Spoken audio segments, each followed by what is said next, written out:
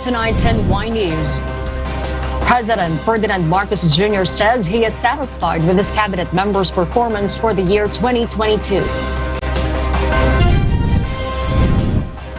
The United States backs the Philippines amid the reported continued maritime incursions of China in the West Philippine Sea. The Department of Justice issues an immigration lookout bulletin order against suspended Bureau of Corrections Chief Director General Gerald Bantag and former Bucor Security Officer Ricardo Zulueta. And more than 10 million Twitter users vote for Elon Musk to step down as Twitter CEO. Good evening, Philippines and the world. Today is Tuesday, December 20, 2022.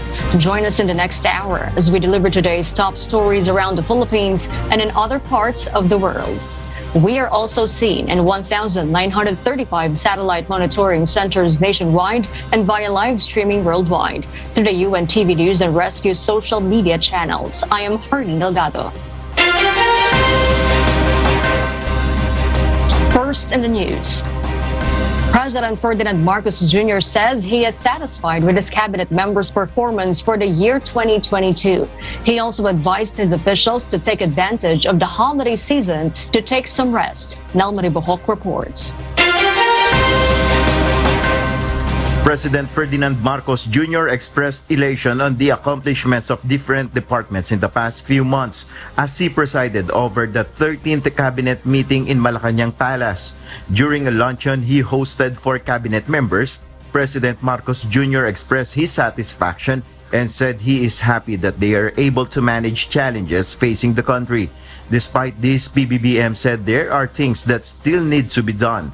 He asked his cabinet members to take advantage the holiday season to get some rest and prepare again to do battle in public service. According to Malacanang press briefer Daphne Osenia Paest, discussed in the cabinet meeting were this year accomplishments of the Marcos administration. The secretaries presented to President Ferdinand R. Marcos Jr. the key accomplishments of their respective agencies from July to December and their programs, of course, for 2023. Paes said there are 11 cabinet secretaries present in the said meeting with President Marcos Jr. The palace emphasized that all departments are working together to achieve the 8-point socio-economic agenda of the administration. Nel Maribohok, UNTV News and Rescue, we serve the people, we give glory to God. The United States has backed the Philippines amid the reported continued maritime incursions of China in the West Philippine Sea. An expert on national security believes President Ferdinand Marcos Jr. should raise the issue in his upcoming state visit in China and take a firm stand. This report will tell us why.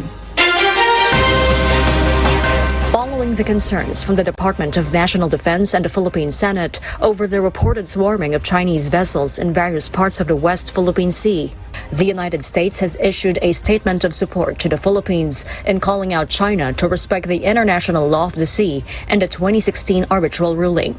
In a statement, U.S. Department of State spokesperson Ned Price said the reported growing number of Chinese vessels swarming the Spratlys Islands interfere with the livelihoods of Filipino fishermen. He adds it reflects the continuing disregard of China for other claimant countries in the South China Sea. The U.S. official also expressed concern regarding the rocket debris incident between the Chinese Coast Guard and the Philippine Navy near Pag-asa Island, which he described as an unsafe encounter.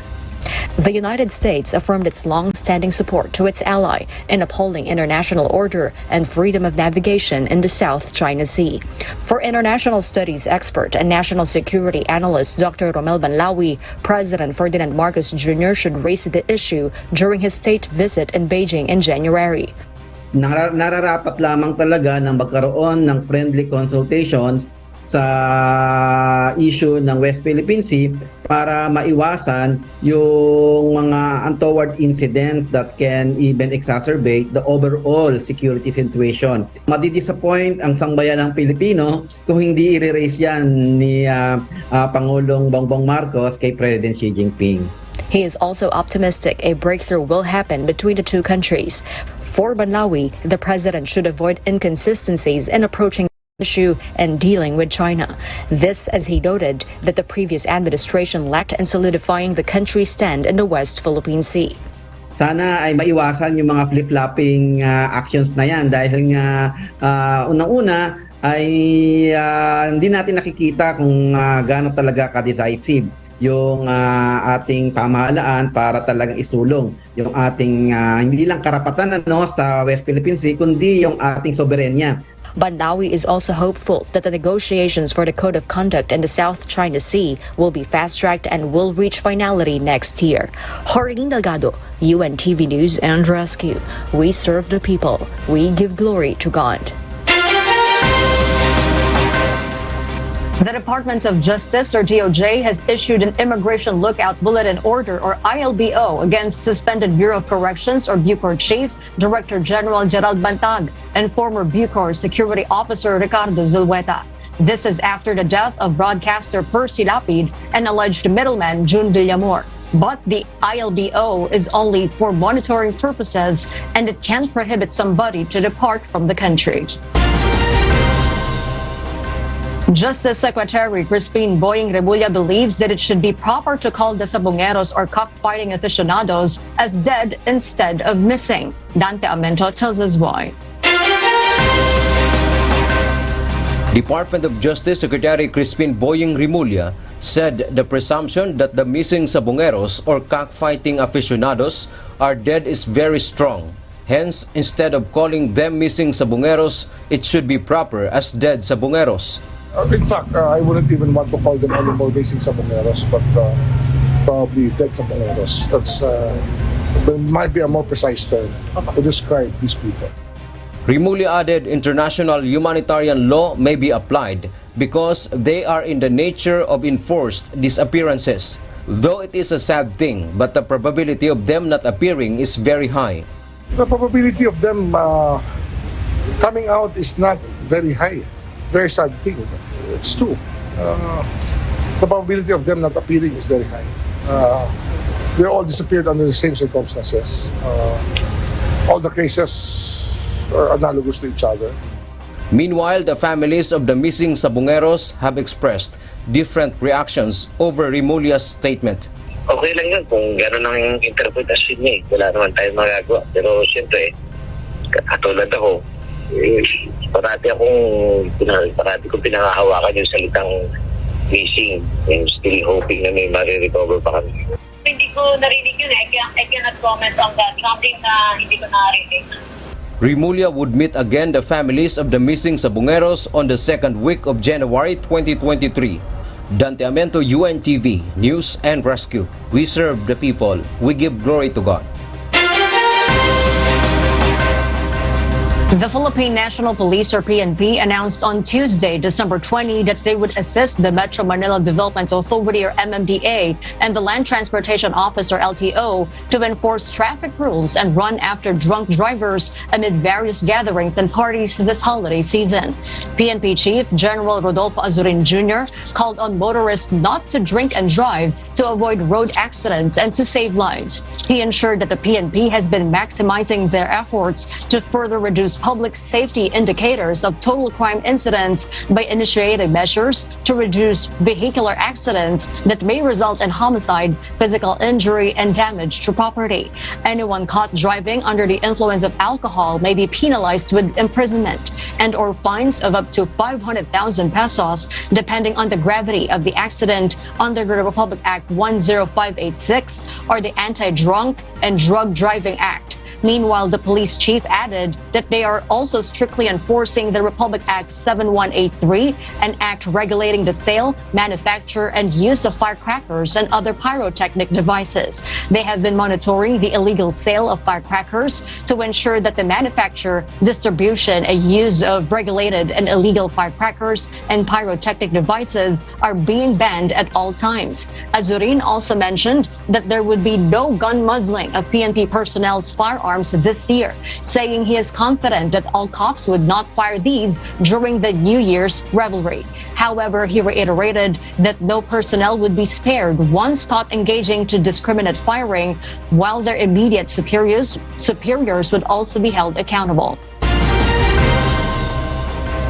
The Department of Agriculture assures the public that they will balance the importation and local production of rice. The agency is still targeting to lower the prices of the commodities. Ray Pelayo will tell us why. The Philippines already imported more than 3.5 million metric tons of rice this year based on the latest data of the Bureau of Plant Industry. The Department of Agriculture, or DA, said the importation augmented the local production to ensure the sufficiency of rice in the country. But DA Senior Undersecretary Domingo Panganiban said that they will consider the local production in the first quarter of 2023 before issuing import permit. Since it will be harvesting beginning January, February, March, we shall not be issuing any special permit to import. The administration allocated higher budget next year to increase the local production of rice. DA Undersecretary Mercedita Sombilla said that it is still possible to make rice cheaper and as low as 28 pesos per kilogram. The department would only need to lower the cost of production. The prevailing retail price of commercial rice in the National Capital Region's markets now ranges from 38 pesos to 50 pesos per kilogram. So nandun yung talagang pagnanasa namin na talagang i-increase yung production. Pero kailangan talaga natin itong balansehin kasi kung lumagsa ang bagyo at the time of the harvest na hindi natin talaga kayang kontrolin, maapektuhan talaga yung production natin. And what we don't want to see are people, suffering because, we will not be able to control the rise of the prices. DA said that there is no need to amend the rice tariffication law because it helps stabilize the rice price and improve local production through the tariff collected from importation.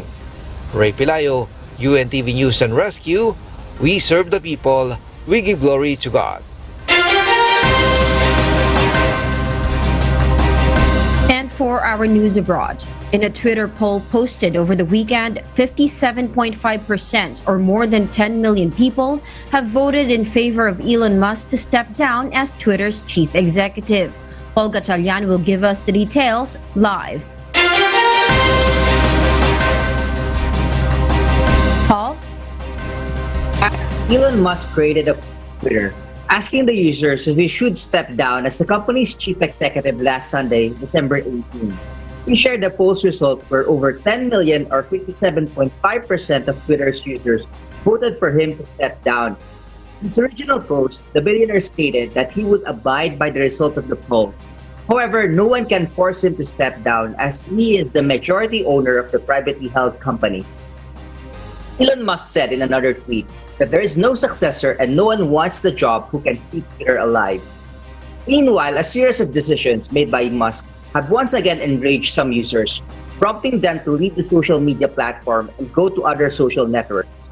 This includes banning an account on Twitter that tracked his private jet's location, followed by the mass suspensions of accounts of journalists who reported about the ban.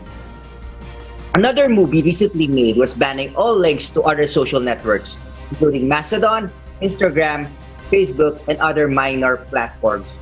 However, the ban has been revoked and Musk apologized, stating that moving forward, there will be a vote for major policy changes. Back to you, Kat. Thank you, Paul Gatchalian, for that report live from New Zealand. The United States House of Representatives panel investigating the January 6, 2021 Capitol riot has recommended former President Donald Trump for criminal charges. Maven Dog explains why live.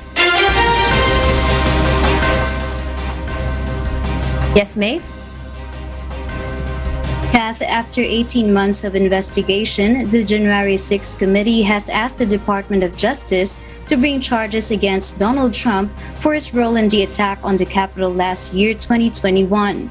The charges include obstruction of an official proceeding, conspiracy to defraud the United States, conspiracy to make a false statement, and insurrection.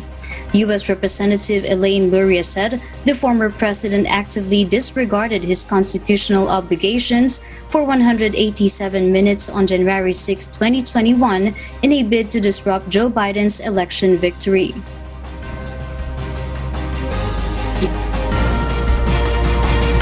The president repeatedly refused pleas as he watched the violence at the Capitol on television. During the day, the president never spoke with National Guard, the Department of Defense, the Department of Justice, or any law enforcement agency.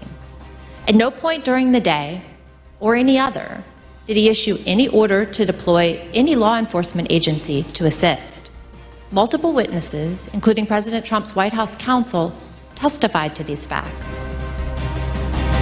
Kath, the Department of Justice is conducting its own investigation on the Capitol attack and is not compelled to act on the committee's recommendations. Since he left the office back in January 2021, Mr. Trump has faced a series of legal problems. He says the investigations are politically motivated as the committee is dominated by Democrats and is therefore biased against him. He has previously announced that he will run for president again in 2024. Back to you, Kath. Thank you, Mavian Dog, reporting live from Australia. We'll share more global stories with you later, but for now, back to you, Harleen. Thank you, Kath.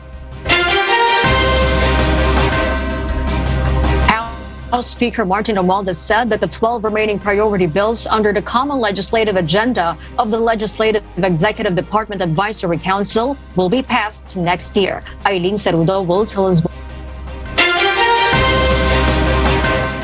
The House of Representatives fully supports the agenda of President Ferdinand Marcos Jr.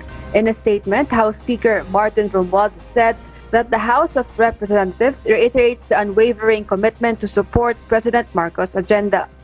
During his State of the Nation address, President Marcos listed his priority bills, which includes fiscal policies that will aid in the country's economic recovery and growth. Fiscal policy aims to bring together the national government's resources so that these are mobilized and utilized in order to gain the maximum benefit and the high multiplier effects for our economy.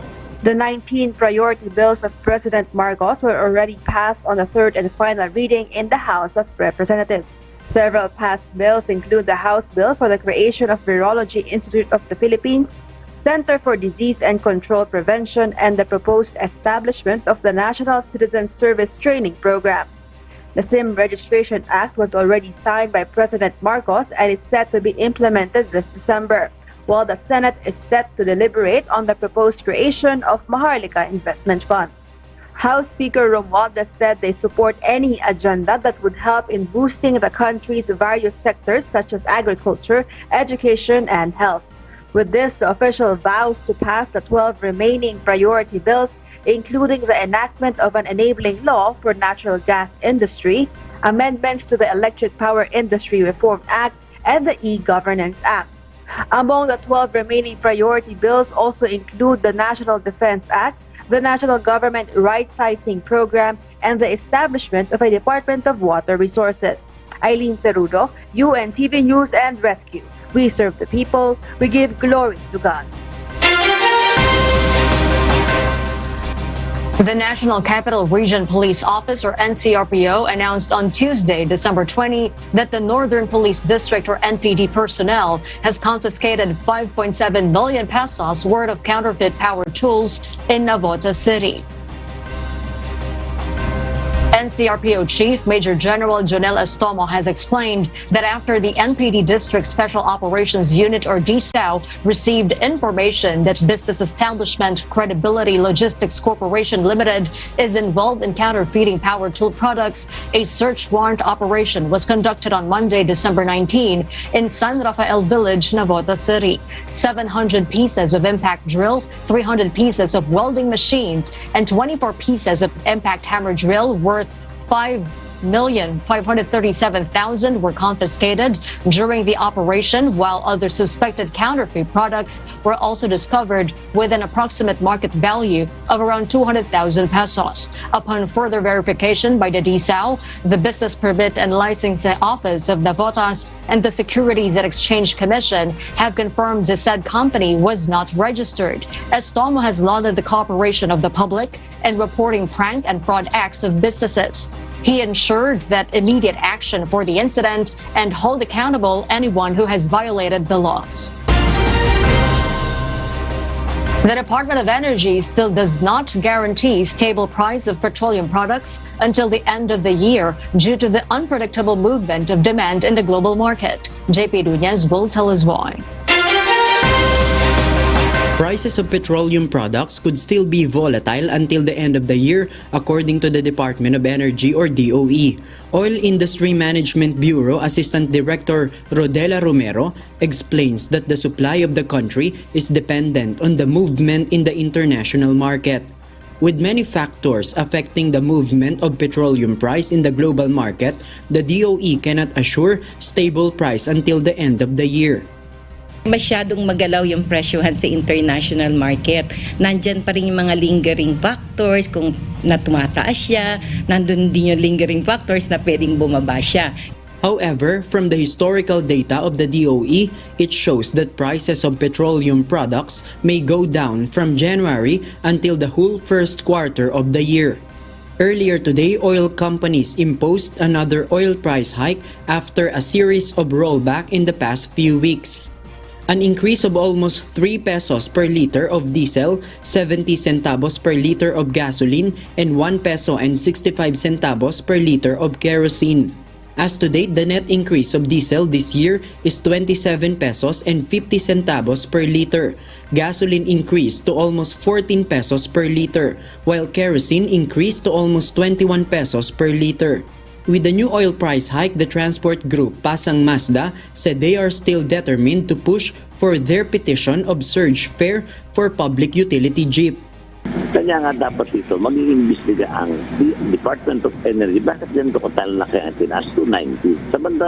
Samantalang pag-rollback, inutik-utik kami. Kala ko patuloy ng bababa ang petroleum product, pero tataas pa rin pala kanya. Mapupilitan kami talaga. Ito rin yung aming surcharge petition.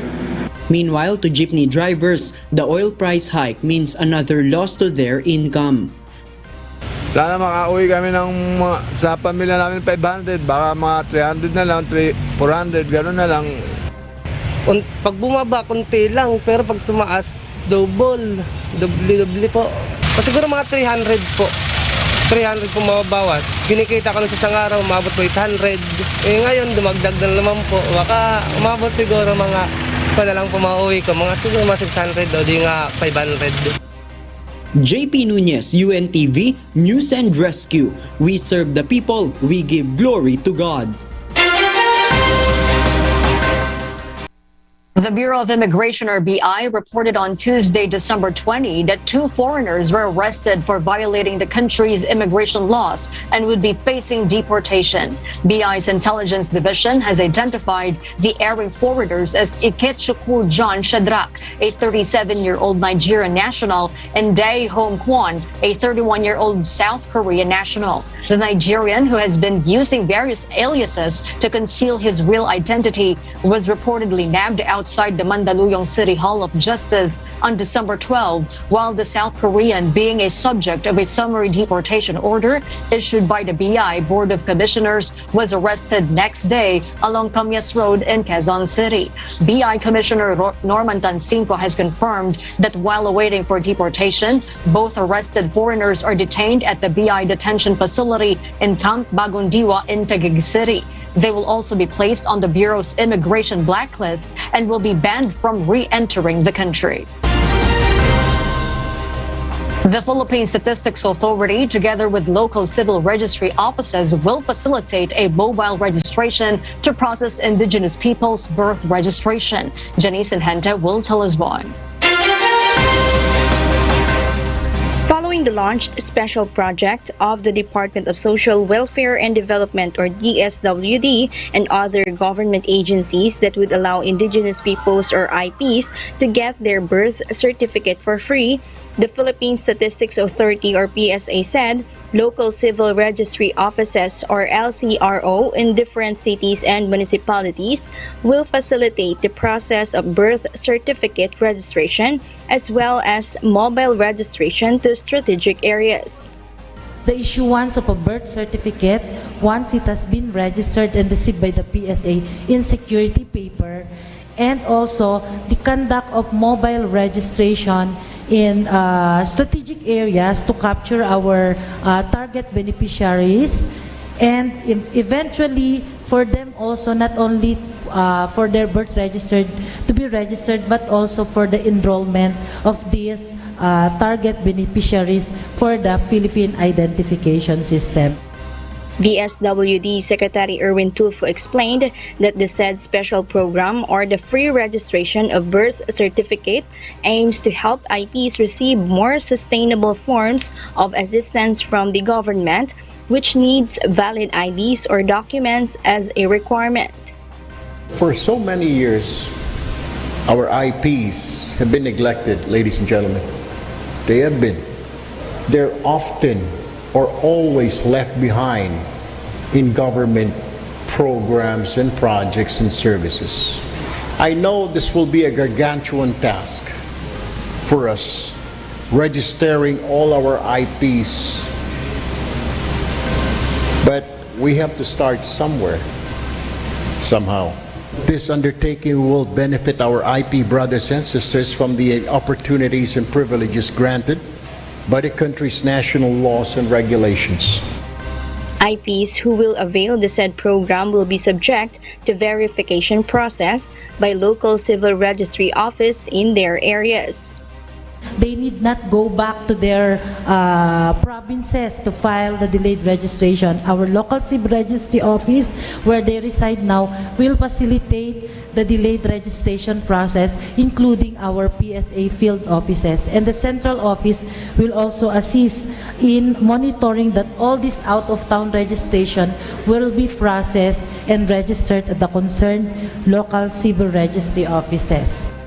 PSA will also provide free registration forms to all LCRO for delayed registration, where it targets to register 2 million individuals this year.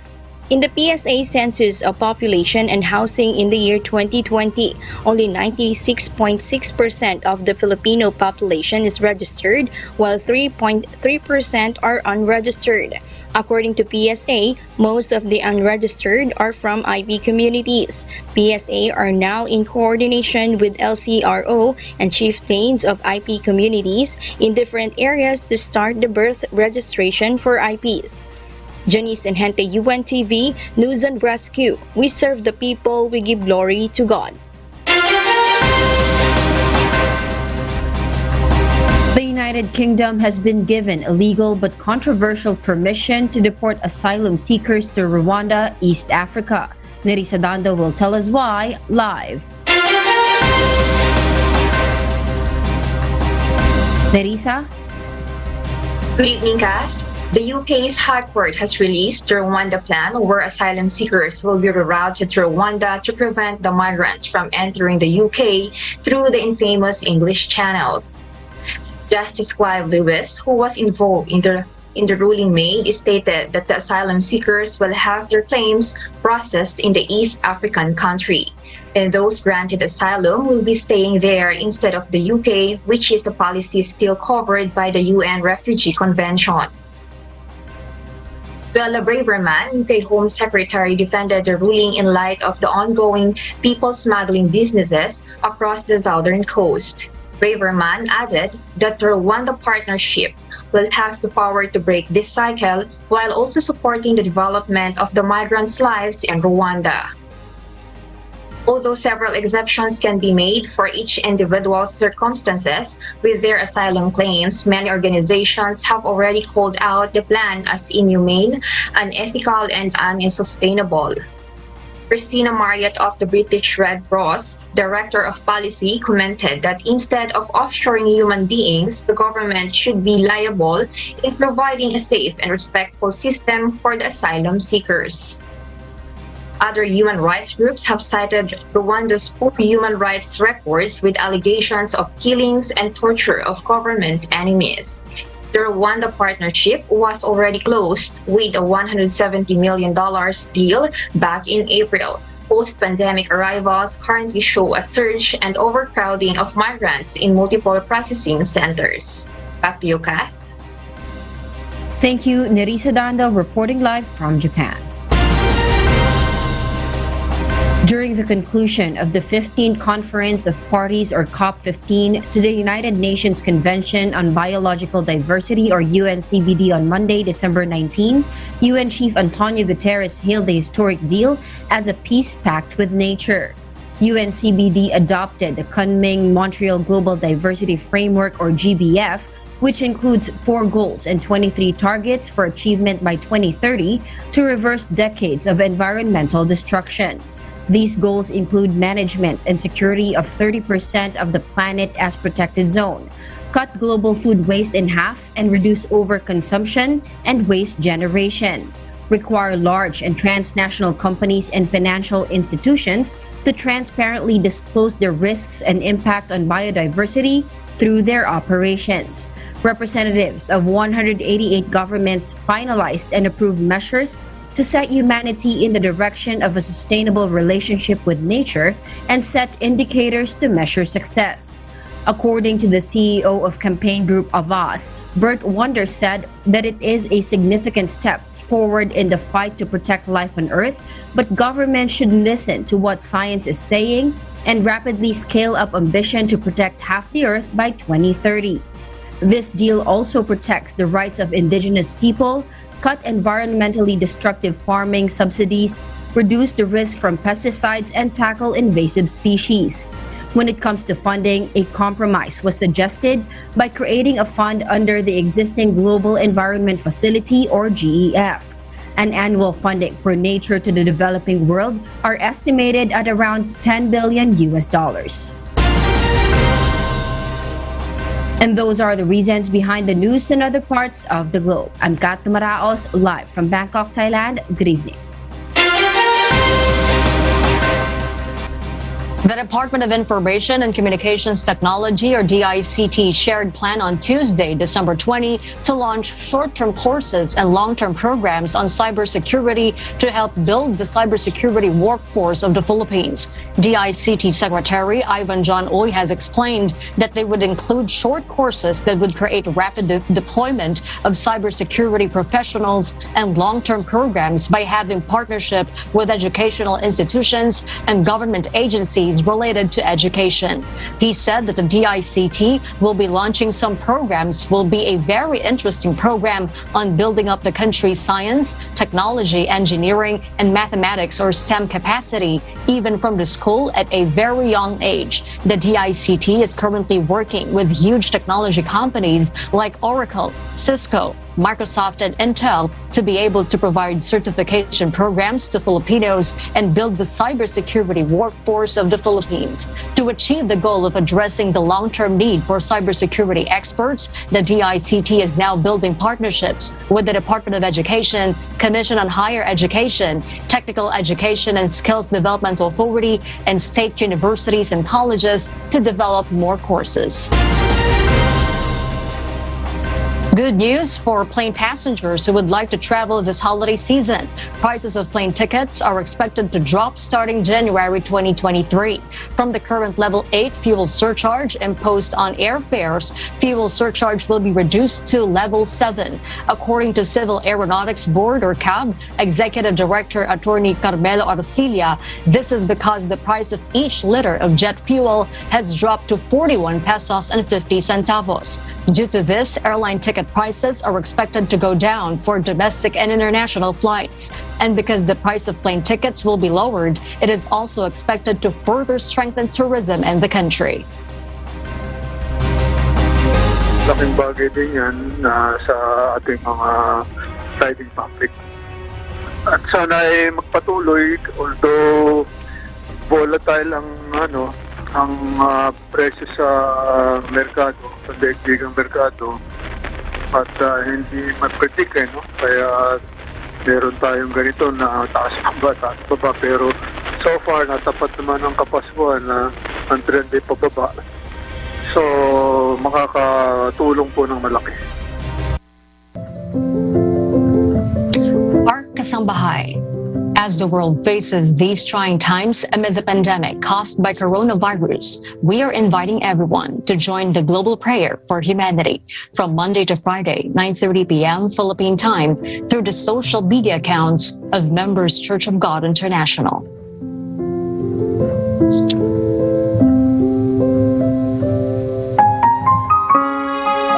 And before we close, we will leave you with a word, giving glory to God. From the book of Hebrews, chapter 10, verse 23.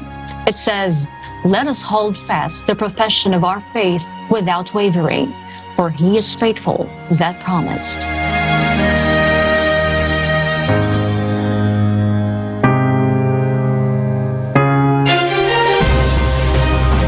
And those are the reasons behind the news December 20, 2022. Reasons we deliver to you as they unfold. Because we need to know, we will always ask why. I am Hardin Delgado. We serve the people, we give glory to God.